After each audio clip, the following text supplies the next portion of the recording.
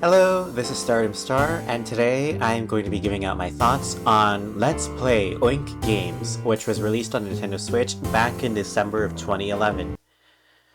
2011. I meant December 2021. Oh my god, I'm old. So basically, I've been meaning to get more into these kinds of virtual board games.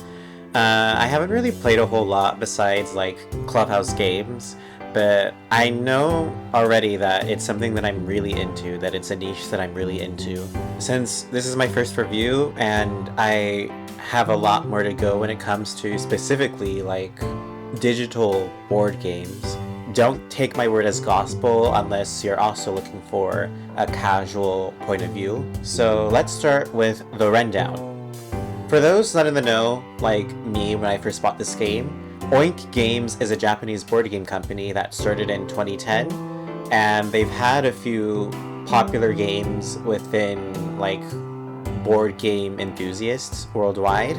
And this video game is a compilation of 4 of their more popular board games.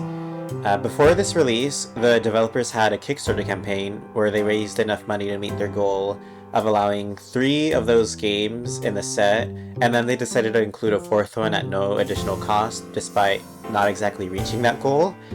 And a side note, the game comes in the usual languages that you would expect for a game on Switch, except for Dutch for some reason. For those of us in the Americas, the dialects that they use for the translations are the European dialects for specifically Spanish and probably Portuguese as well, but definitely Spanish. Not that there should be any huge problems, but keep that in mind. You might want to keep a dictionary handy.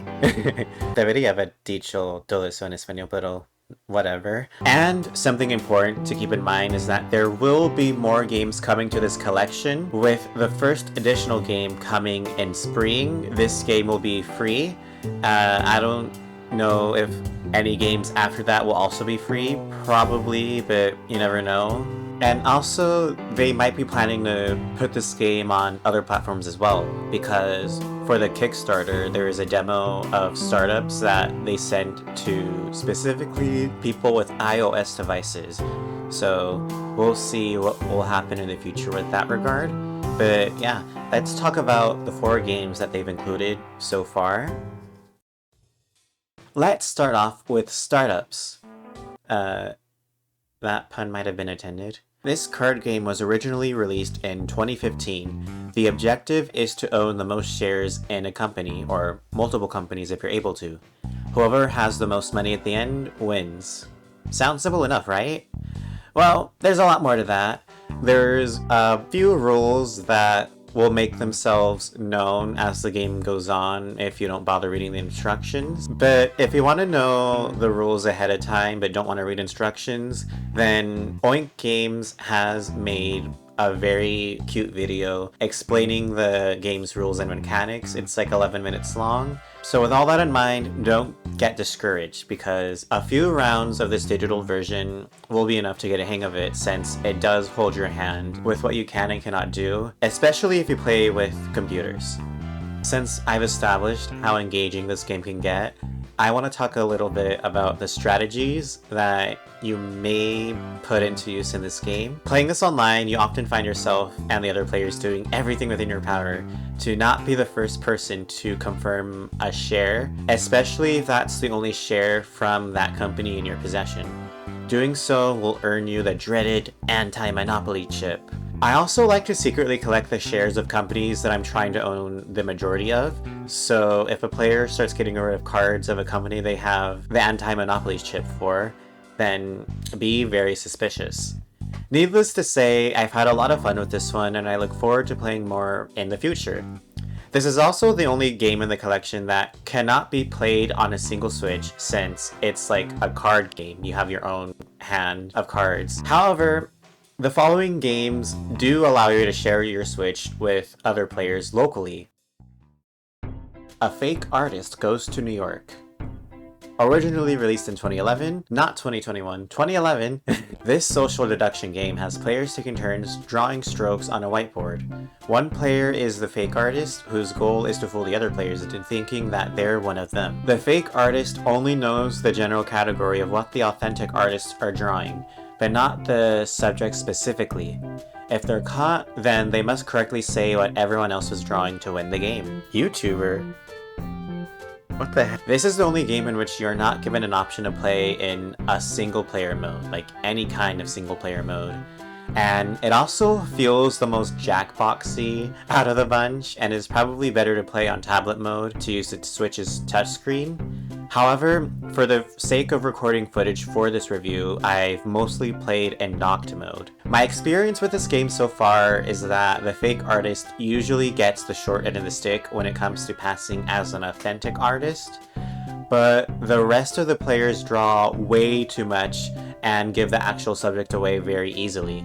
However, there are rounds that don't follow that formula of gameplay, so don't worry too much. Rarely, it's not that the fake artist did a good job of blending in if the fake artist wins that way, but what happens is that an authentic artist, for whatever reason, like stuck out to everyone else. And for me, personally, when I first started playing this game, it took days before I was assigned the role of the fake artist. Oh my god! I'm finally the imposter. Oh my god. Oh shoot. Oh my god. There is an overwhelming sense of dread when you're the fake artist and are the first in line to actually draw a stroke. But overall, I think it's fun, and it's the easiest to get into online lobbies for, which is a good thing since online with randoms is probably the best opportunity most of us will have to try this out. Deep Sea Adventure. Originally released in 2014, your objective in this game is to collect treasure while keeping an eye on your oxygen levels. All players share the same oxygen supply, so don't get too greedy. Or, at least, don't be greedy if there's a good chance you won't get back on the submarine on time. The more treasure chips you carry, the more you'll deplete the oxygen supply and the less you'll be able to move around. If you want to go a little more in depth, Oink Games also made an instruction video for this game. Now, experienced players can be the ultimate Rudy McRudersons, TM, and intentionally screw others from returning back to the ship with their treasures, especially in the first round. However, I feel like a strategy that might be a little surprising for this game is collecting a whole bunch of level 1 or level 2 chips just so that you can get to the more valuable chips sooner in the following rounds. So who cares if you die in round 1? Level 1 ships have a chance of being worth nothing, zilch, nada. So theoretically, you can still win if you get good dice rolls. But take what I'm saying with a grain of salt, of course.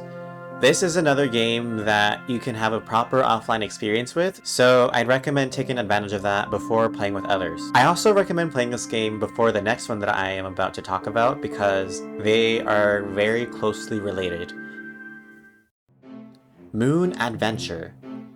This is actually the newest game included in this compilation, releasing in 2021, the same year as the video game. This is a more evolved version of Deep Sea Adventure that feels geared more towards experienced board game players, maybe intermediate board game players. It has a lot of depth because instead of this being everyone for themselves, it's a cooperative game where every player is working towards the same goal. If one player dies, then it's game over for everyone. Thank you so much. Thank you so much. Now there's a whole lot more than that, but we don't want to be here all day, so for this reason, I highly recommend reading the instructions for this game, especially if you want to play online. Especially if you play online. Because if you go into a session with me without knowing what's going on, then we are fighting. Nah, just kidding. I also went into my first online session without really knowing what was going on. This is gonna be a disaster. Gomenasai, gomenasai, perdón, perdón. I mean, I caught on quickly, but I probably would have done better if I knew what was happening. And there's also an option to play this offline, but for single player mode, instead of computers, it's as if you were playing local multiplayer, but you're playing not just as yourself, but as everyone else in the session. So not very fun. This is the game that I've had the least experience with so far because it's the least accessible of the pack. It's a tad time consuming and it's not super engaging for casual board players. Like when I showed this to my siblings, they got kind of bored very quickly, but maybe it was also because it was very late at night. I don't know. Also, it's probably on the harder side to find players online, and if you're able to start a game, you might run into a language barrier that could very well be fatal. It's also difficult to actually win the game. 2 of the 3 online sessions I've had, as of me recording this, ended with somebody dying, running out of oxygen, and in my 3rd session, we all made it to the base alive, but we were 1 green supply chip short of winning. Now, that's not to say that I didn't find it entertaining or that I had no fun or that it's not worth your time, just that you and everyone else that you're going to be playing this with need to know what you're getting into. Okay, so if you're a loner like me, then this is where you're going to want to pay attention. This game includes 3 server options: Japan, the USA, and Europe. I got this game a couple of weeks after launch, so if the US servers weren't already inactive before, then they definitely are now. You might come across an open session in the evenings, but that's a big might. If you're buying this game with the express intent of playing online with randoms, and you're not situated in the Asia Pacific region, then you'll have to prepare to be up at some very inconvenient times. For those of us in the Pacific time zone, like me, I recommend checking the public lobbies on the Japanese server after midnight on weekdays. On weekends, there might be a bit of activity going on earlier in the evening, and for our friends on the Eastern time zone, I recommend joining in at around 6 in the morning, since the servers should still be active at around that time. To anyone watching in Europe and Africa, the best time for you to play on Japanese servers, assuming you have normal work and school schedules, would likely be on weekend mornings and afternoons. You can create a new lobby and new players will likely join you within a matter of minutes. Don't worry if it isn't filling up right away. For me, I usually bail if no one else has shown up in my lobby within 10 minutes. When searching for a public lobby, the listings don't update automatically, so you'll need to manually refresh to see if a lobby has opened. Another trick I've learned is that instead of reloading, you should back out and then choose the find a table option again, and new options should pop up. When you found a lobby, you'll notice that players like to use a green check mark or a thumbs up or something to that effect to let the host know that you're ready to start the game. The host might also use those emotes to make sure that everyone is ready. In addition to those quick emotes, you also have the ability to type out messages. This is less cumbersome when you use the Switch's touchscreen, of course, but text messages are rare, and if you see a text message, then it's likely going to be in Japanese. You might see funny comments in other games, especially during Fake Artist, but if you're playing Moon Adventure, then there's a chance that an experienced player might attempt to give advice on how to proceed. Be sure to have a camera translation app ready on your phone in case this happens. And one last warning, when communicating with your fellow players, make sure it's not your turn, because otherwise you might accidentally do something that you did not want to do. Overall, at the beginning of this video, I mentioned that there were originally going to be 3 games at launch. The decision to include the 4th game, A Fake Artist Goes to New York, turned out to be a good call, since it's the quickest and most casual experience of the game. Without something like it, I don't think I would have liked the set as a whole as much as I do right now. When I wrote this review, I had originally hoped that more games like Fake Artists would be added. Lucky for us, as I said at the start of the video, another game will be arriving soon, and it seems to be as casual and easy to pick up as Fake Artist. The new game is a digital version of Mr. Face, which is now called This Face, That Face, where one player has to arrange a face based on a prompt, while the rest attempt to guess what the expression is supposed to represent, and they have to choose between a few prompts. And as I also mentioned earlier, it's going to be free for people who already own Let's Play Oink games. After having a ball with Clubhouse Games' 51 Worldwide Classics, I was looking for a similar game to scratch that specific itch of playing board games with people from around the world. I've previously mentioned on this channel that 51 Worldwide Classics has trouble filling in lobbies for games like Ludo and Last Card because matchmaking is region-based. So the ability to change servers in this game is very much appreciated. Hopefully someday there will be enough players populating our local servers that we won't need to jump through so many hoops in order to actually experience how these games play out with other humans. I mean, assuming you don't have friends with Switches who are also willing to purchase and play this game, you know? So, unless your time zone is the same or close to Japan's, I can only recommend this game to the people who have the ability to take full advantage of this game. That means either being a normie with a healthy social life, or being a terminally online gremlin with a terrible sleep schedule. I wonder if you can tell which one of those categories I fall under. Thank you for watching this pseudo review of Let's Play Oink Games.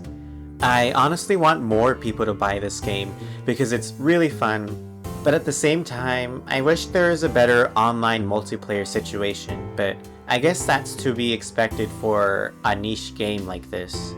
I hope this video helped you in making a decision on a potential purchase, and if anyone watching this knows of any similar board game compilations or just board game video games in general that I can try out, then feel free to leave any recommendations in the comments. I'm thinking about making a part 2 to this video, but I think that depends on how many more additional games they'll be adding to this compilation. But yeah, that's all for now. Ciao!